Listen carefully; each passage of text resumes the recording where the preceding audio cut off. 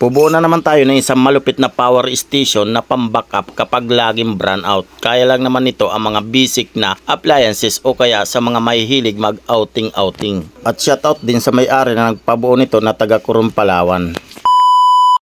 Welcome back mga master. For today's video, ito bubuo na naman tayo ng isang malupit na power station. 800 watts, 68 ang capacity ng battery. Taga Coron, Palawan po ang nagpa-build nito. So, bali dito mga master na ilagay ko na rin yung mga battery at saka yung inverter niya. So, wiring na lang po tayo dito. At saka yung ibang mga accessories na dapat natin ilagay dito sa power station na to. At siya nga pala mga master, itong pinapabuo sa akin ng power station ay para po ito sa window machine. Bali mahirap po yung kuryente sa kanila bagamat is kasi gawa ng Coron, Palawan at saka palaging burn out sa lugar nila. So kailangan niya talaga ng ganitong mga power station na pang-backup kapag laging burn out. So kaya nagpabuo siya sa akin ngayon at kailangan niya to mga master sa kanyang small business tulad ng window machine mga master. At syempre pang-backup na rin ito sa kanilang bahay pagka burn out at para naman sila makagamit ng ilaw, TV at electric fan. So sa mga basic na appliances mga master ay kayang-kaya na po nito basta't mayroon kayong solar panel na sapat na mag-charge dito o kaya pwede nyo rin naman gawin tong UPS habang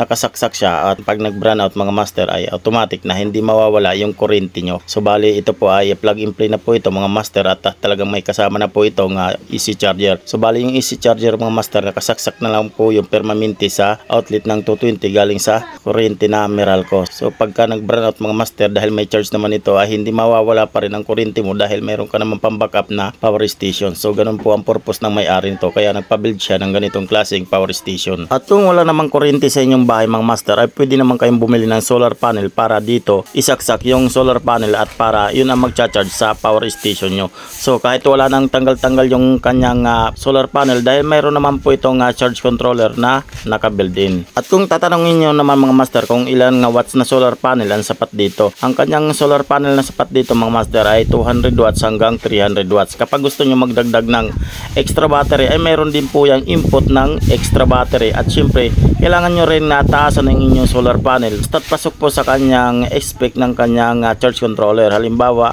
300 watts ang kanyang maximum na wattage ng solar panel ang pwedeng isaksak dyan, yun lang po ang inyong bibili na solar panel. At ito na mga master, tapos na tayo mag-wiring. Ayan, tapos na lahat. At syempre yung kanyang takip dito mga master, tapos na rin yun. At ilalagay na lang natin, ikakabit na natin mga master. At pagkatapos mga master, i-charge na natin to bago natin ipaship sa may-ari.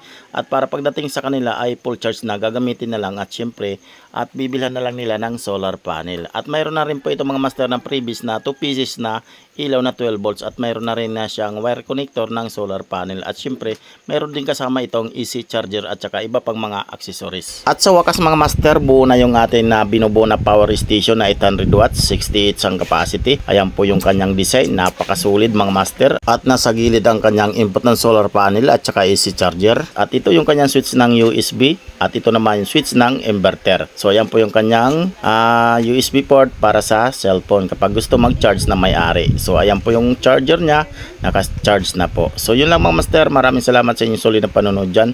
Kung nagustuhan nyo man tong video na to, huwag kalimutan i-like at i-share.